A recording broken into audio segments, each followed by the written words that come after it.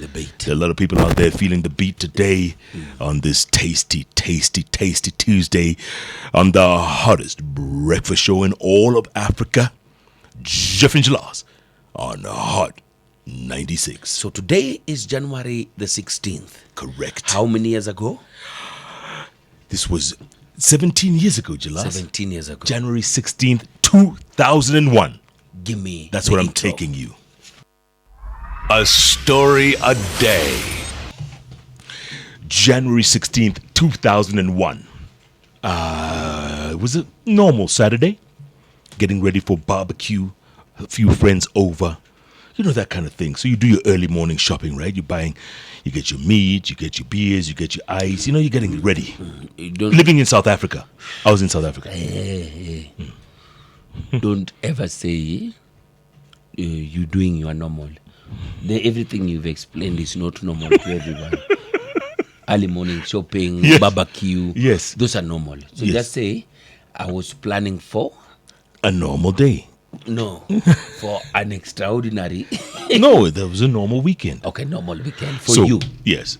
So, at about 10 o'clock in the morning, we start. This is in South Africa. Yes. Cape Town. No, Joburg. Joburg. So News. I'm working for Reuters then, the news agency. So those days it's all about competition. It's all about who gets the news first.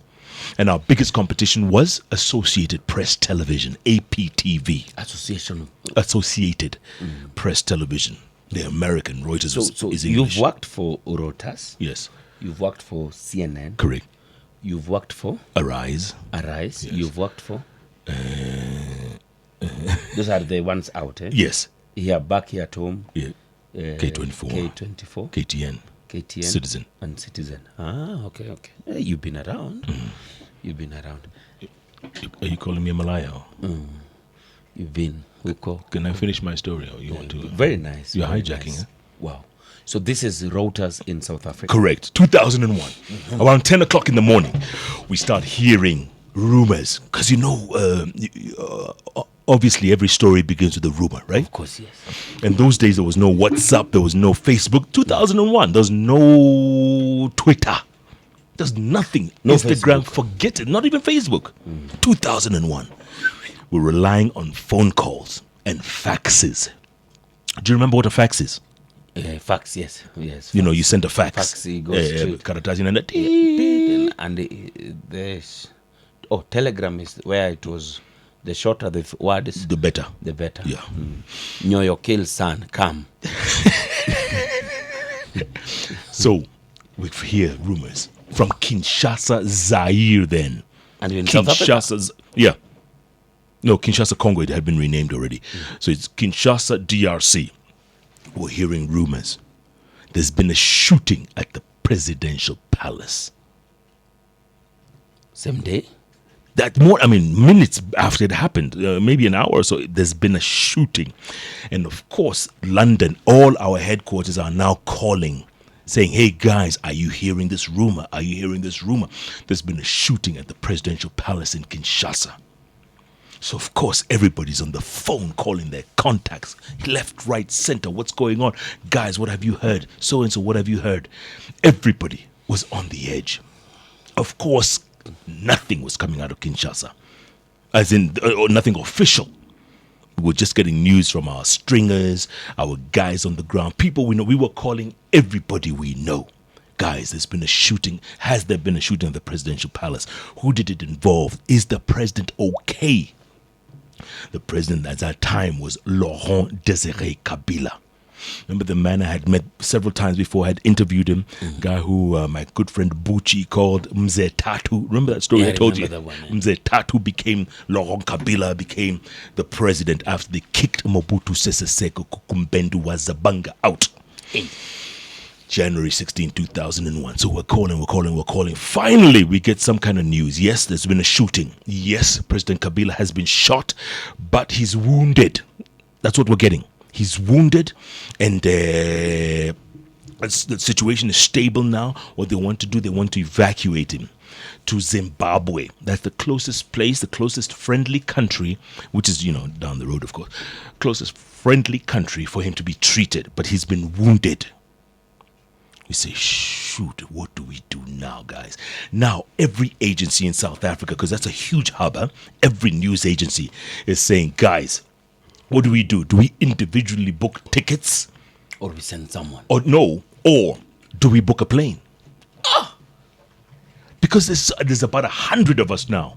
Want to go. BBC, CNN, Al Jazeera, Reuters, AP, every South African broadcasting company, everybody and their mother. Do we book an individual ticket? Or, Do we charter? right? So everybody's now calling the travel agents. Oh, the next flight to Kinshasa. Oh, we don't know. The airport could be closed. Now airlines are stepping back because they don't know. There's rumors. There could be a coup. Military could have taken over. We don't know. So I called my friend Milton Nkosi. Milton Nkosi. He's head of the BBC then. He was head of the BBC Africa. Right? And I told him, Milton, and we were very good friends. Of course, they relied on us for information and news and footage and all that, right? As did most of the people. And I said, Milton, man, what do we do? He says, look, I've been talking to London, BBC London, and they said it may be better if we charter a plane. And then everyone chips in. So BBC pays the bulk, and then everyone chips in depending on how many people there are. And I said, that's a great idea because some of us are carrying 200 kilograms of equipment those days. We used to carry satellite equipment, this broadcasting thing, that transmission. It was, a lot of equipment. And of course, our competition, the same thing. They're also carrying 200 kilograms. So, the plane would be very heavy. So we decided, great idea. Charter this plane. As news is filtering in. Now, the latest news is about 2 o'clock. 1 o'clock. The news is Kabila has been wounded, mortally wounded. Right? We don't know. Well, some people are saying he may have been killed. Others are saying he's on his way to Zimbabwe. We don't know. But now the situation is very fluid. And we say, guys, we need to get to Kinshasa. Boom, boom, boom. They call around. We get about 60, 70 people willing to go. Saying, let's meet at the airport. Everybody check in. We'll be going this flight, this terminal. This is our charter. This is our flight. We own this flight. An hour later, everybody's there. Everybody's booked in, checked in, ready. We're still trying to call Kinshasa to find out what's the latest. Finally, the plane takes off about maybe 2:30, 3 o'clock in the afternoon. It's getting late now. I mean, it's about a 5-hour flying flight. One thing the pilot tells us, we don't have permission to land in Kinshasa yet, guys. I don't know what we're going to do, but we're going to just take off and hope that while we're in the air, we can get the permission to land, which is very important. Because if we can't land, we can do our stories. And we've paid for this plane. First stop, the pilot says we're going to have to stop in Namibia first, right? Just as we get our information correct, we're going to stop in Namibia first. So we stopped in a place called Caprivi Strip, right on the northwest corner of Namibia. You know that little shoulder? That Caprivi Strip is actually surrounded by 3 countries: Botswana, Namibia, and Angola. 3 countries are there at the corner called Caprivi Strip. That's where we first landed. About an hour or so later, there we are on the ground. We're chilling. We're trying to make phone calls. We're trying to connect. What's going on, guys? What's the latest? Nobody has news. We get back in the plane. Captain says, okay, next stop is Luanda, capital of Angola. From here, if we don't get permission to land in Kinshasa, we can't land, guys. We'll have to fly back. We land in Luanda, sitting on the runway. We're waiting. Kinshasa's, another hour away. We don't have any permission yet. Everybody's getting nervous. Now, our news agencies are calling us saying, guys, where's the news? What's the latest? Are you on the ground yet? Because they think sitting in London that, you just jump on a plane and you're there. They don't know how big this continent of Africa is. We've already spent 3-4 hours trying to get, What? Yeah, and we've only landed in Angola. So we get back on, still no permission. We get back on and we say, Captain, look, if we don't get permission to land in Kinshasa, can we land next door in the other Congo, the one known as Brazzaville? Because it's literally across the river. There's a river that separates this Congo Brazzaville with Congo Kinshasa. And the mighty Congo River. If you can cross the mighty Congo River, and people do that on canoes, we can get across. We just need to get to Kinshasa. Captain says, no problem. Okay, let's just go. Boom, we're in the air again. It's about 4:30 now. We finally, still no permission to land in Kinshasa at Njili International Airport. We say, okay, let's land in Brazzaville. This is our stop. That's fine. We'll make our way from Brazzaville. pilot lands in Brazzaville, everybody comes out. The smaller agencies, the one that 1-2 person in the agencies, they jump into canoes, boom, across the mighty Congo. They're already in Kinshasa now. Us with 200 kilograms of equipment, we need to broadcast stuff. We can't move. We're stuck. Kinshasa, the Njili International Airport says no plane can land. Military has taken over, basically. There's a coup, there's a curfew, and not a coup, but a curfew. We say, God, guys, it's 5:30, it's going on 6 o'clock. What do? We cannot miss this story. Now, we're hearing that Kabila may have been killed. Now, this is the story. But no confirmation from the palace. We're trying to get in. We're nervous. London is yelling at us. Everybody's saying, guys, are you on the ground? How can you be in Brazzaville and you're not there yet? You're not telling us the story. Are you guys wasting our money? It was crazy. Life was a movie. What? So finally, we find this other guy with a smaller plane, like a Wilson Airport kind of plane, a little Cessna. And we say, hey, Milton, the BBC guy, who's still coordinating the whole thing, because, he wants to get it. We all want to get it. This guy with a Cessna, he's willing to run out 200 kilograms of equipment. You want to come with us? Milton said, I'm the last guy, because I have my guy, because BBC people. There's radio, there's TV, there's cameraman, radio, all this. Anyway, we get into this Cessna. Now we're paying more money, right? We charter this Cessna to fly. By the way, this is what it does. It takes off and it lands. Literally, takes off and it lands. Because you're already in. You're in. Congo is right there. So finally we land at Njili International Airport. Soldiers everywhere. It's now dark. It's about 7 o'clock. We've been flying since noon. It's now 7 p.m. We get in. We're getting into immigration and we're told, guys, there's a curfew. You're not going anywhere. I say, guys, it's 40 kilometers to the city. It's like Thika to Nairobi. It's 40 kilometers. Help us go. He says, your safety will not be guaranteed. We have a fluid situation. Kabila's dead. I said, oh, really? Because it's the first time we're officially hearing from the officials that Kabila has been killed. So now there's military everywhere. We wouldn't advise you to drive into town. So we say, what do we do? He says, look, there's a first-class lounge over there. If you all pay $50 each, you can sleep in that lounge. Now, other people who have flown in, they'll find their own Cessnas. Everybody, several organizations. ZDF is there. CNN is there. They're all on the ground now. Everyone's in the airport. No one can leave. So we grab all our equipment, put it to one side. Dinky, my cameraman, tiny little guy. We go into the first-class lounge and we say, you know what? What do we do? We are here, but we can't go. We're here, but we're not here. Sit on the couch. Sleep. Tomorrow's another day. Everybody, we're all complaining, bitching, moaning, but we can't leave. The soldiers wouldn't let us leave. Everybody settles down for the night. We're chilling, we're telling each other stories, and now the rumors are flying left, right, and center. We're saying, what do we do tomorrow, guys? We get into Kinshasa. What's the first thing we do? I said, guys, we have to just decide, man. Just tell the story. We couldn't wait for dawn the next morning. We couldn't wait. Dawn breaks. There we are. We are ready. Booking taxis. Now the taxis have showed up. We're booking. We have 200 kilograms of equipment. We need a van. We get a van. Pack the van. Now driving to the city. 40 kilometers. Soldiers everywhere. Roadblocks everywhere. We have to flash our IDs every 5 kilometers. Finally, we get into town. The big boulevard in Kinshasa is known as Boulevard 30 Juin. Boulevard 30 Juin, as in 30th of June, which was the day of the revolution back in 1960. Boulevard 30 Juin. Empty. It's just us and soldiers in the streets. And we knew that, things were really, really wrong. We checked into the main hotel there. It's called the Memling. We check into the Memling, and now we put our satellite. We have to put everything ready first before we go out and shoot, just in case we need to go live. So we set up, make sure the satellite is facing east, get a good signal, set up the equipment. And we haven't, we've hardly slept, we've hardly eaten. But work comes first.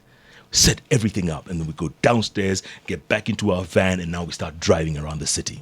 Dinky's filming everything. Soldiers, roadblocks, this, that. People crying openly, yeah? Now people are crying. Now it's It's open. It's been announced officially. Kabila Kabila was is killed in his palace the day before. His body was flown to Zimbabwe just as a decoy, but he had been dead from the word go. As they're trying to look for a successor.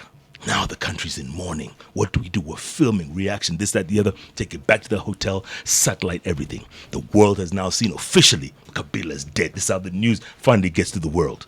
We're in Kinshasa, we're on the ground. Now they're planning the funeral, which is going to be about a week later. And we were there each and every day, just filming different things. This is what's happening.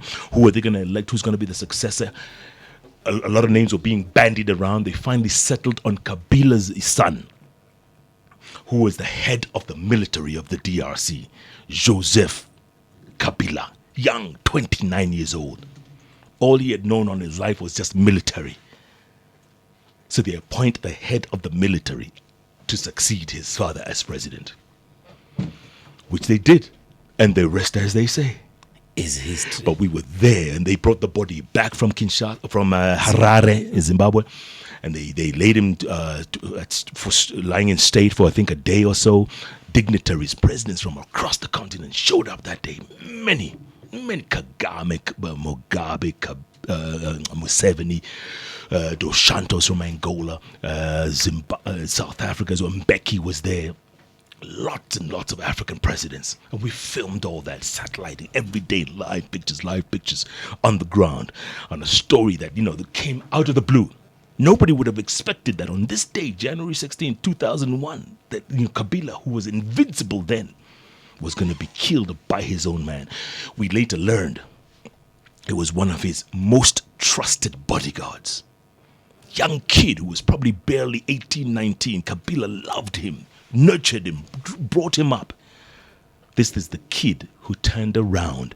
And in the palace, once you enter Kabila's chamber, you couldn't enter with a gun. That was the thing. You couldn't, no weapons at all. This kid somehow because he was so trusted, he could walk into any room with a weapon. And he walked in and he said, Mzee, I need to talk to you for one minute. And Kabila told the other bodyguards, okay, ondokeni, tokeni, what's in the As the door closed, the kid went and locked it, came back, took out the gun, and shot him in the back of the head twice. Pow, pow. And then, obviously, these guys outside, they heard some gunfire, right? And they started banging on the door, which was locked. Bang, bang, bang. What's going on? And the kid started saying, oh, mzee, ameuliwa. And he started running out. And, of course, these bodyguards panicked, and they shot this kid. Other bodyguards now, they're running from downstairs. They're saying, what's going on? Oh, mzee, ameuliwa. They got shot because nobody knows what's going on.